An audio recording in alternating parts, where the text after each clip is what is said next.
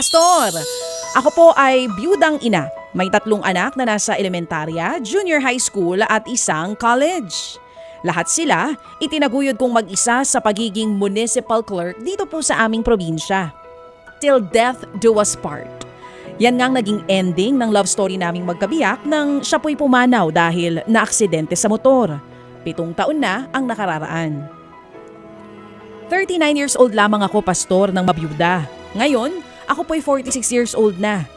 At sa hindi inaasahang pagkakataon, muli akong nagkaroon ng kapalagayan ng loob. Isang lalaking 40 years old at hanggang ngayon ay binata pa. Nakilala ko po siya dahil siya po'y ahente sa rural bank kung saan ako naglolo ng pangtuwesyon ng aking mga anak sa kolehiyo. Pero pastor, nagigilty ako na tila nagmamahal ako ng bago. Mahirap ang mag-isa at gusto ko ring muling magkaroon ng katuwang sa buhay. Kaya pilit kong gustong buksan sana ang aking puso para sa iba. Alam kong sa batas maaari na akong magpakasal muli kung nanaisin. Pero bakit natatakot ako?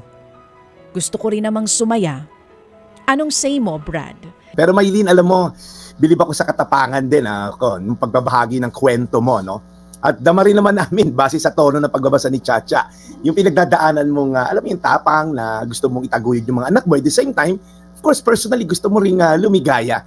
Ang iyong kwento, hindi lang naman to isang pagdadalamhati, kundi isa ring patotoo to na yung katatagan mo ng pananampalataya. Kaya nga nagtanong ka pa sa pastor para bago ka mag-jump dito sa life-altering decision na to. Ang tanong mong, pastor, masama ba magmahal muli? Ito'y sagot ko, hindi po. Okay? Hindi kasalanan ng magmahal muli. Ano? Ang pag-ibig ay isang biyayang mula sa Diyos. Isa pong katangian ng Diyos yan. Di ba? God is love. So ang pagiging byuda, isang malungkot na katotohanan. Ngunit hindi naman ito nangangahulugan na dito naman nagtatapos ang kabanata ng iyong puso. Yun, no? Sabi nga sa Biblia, Ate Maylene, ito naman yung pamantayan sa unang Korinto 7:39, ang babae ay nakatali sa kaniyang asawa habang nabubuhay ito. Kapag namatay ang lalaki, ang babae malaya ng mag-asawa sa sino mang maibigan niya. Ngunit, dapat ay isa ring nananampalataya sa Panginoon. So, Ate Maylene, may isa lang pamantayan dito. No? Normal makaramdam muli ng pag-ibig. Okay, hindi mo pinagkakanulo yung una mong naging asawa dahil na-in love ka. No? Sa katunayan, ang kakayahan mong magmahal ay patunay na ang buhay, ang puso mo ay nanatiling bukas sa kabutihan ng Diyos. Hindi nito binubura yung alaala ng unang husband mo. Okay, yung nakaraan, hindi po. Nagpapakita to na kahit sa gitna ng sakit, mayroong bagong simula. So ano ang dapat isaalang-alang, Ate Maylene? Ito na. Number 1, spiritual compatibility. Ibig sabihin, may takot ba sa Diyos yan? Baka naman kukuha ka lang na ipupukpok mo sa ulo mo, na sakit sa ulo, di ba? Alam mo yun, kasi pag may takot sa Diyos, may laban tayo, Ate Maylene. Irirespeto ka niya bilang asawa, at lalo na irirespeto yung 3 anak mo.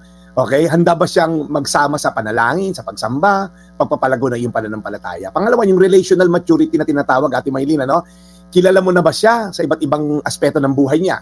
Pag nape-pressure siya sa saya, sa problema, may sabat ba kayong emotional foundation? Hindi lang financial, Ate Maylene, ha? Hindi lang romantic attraction, yung emotional foundation.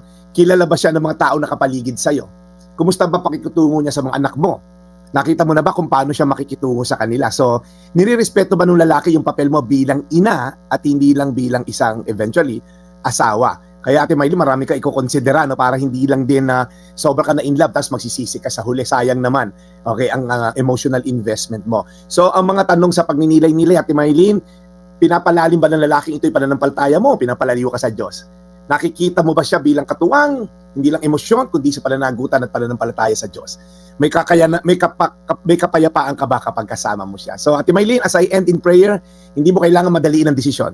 Ang pag-ibig ay galing sa Diyos. Okay, ay hindi nagmamadali, hindi kompromiso, hindi nagdadala ng takot, kundi katiyakan, kapayapaan, at direksyon. So, hindi mo kailangan pumili sa pagitan ng alaala na asawa mo, hindi itong bagong pasimula. Pwede mong dalhin to pareho sa tamang puso, sa tamang panahon, at sa tamang gabay ng Diyos. Ate Maylene, unang Korinto 7:39, ang babae ay nakatali sa kanyang asawa habang nabubuhay ito. Kapag namatay ang lalaki, ang babae malaya ng mag-asawa sa sino mang maibigan niya, ngunit dapat ay isa ring nananampalataya sa Panginoon. Tayo manalangin. Panginoon, salamat po kay Ate Maylene. Salamat sa kanyang lakas ng loob na itawag sa isang pastor o isang spiritual advice ang hingin niya sa kanyang pinagdadaanan. Lord, tulungan mo siya magdesisyon ng tama, hindi madalian. Tulungan mo siya magdesisyon sa pangkalahatan na aspeto ng buhay niya, pamilya niya, mga anak niya. Salamat, Lord, sa wisdom na binigay mo sa Biblia upang kami magabayan. Sa pangalan ni Jesus. Amen. Today's Reflection with Pastor Jeff Eliscopides.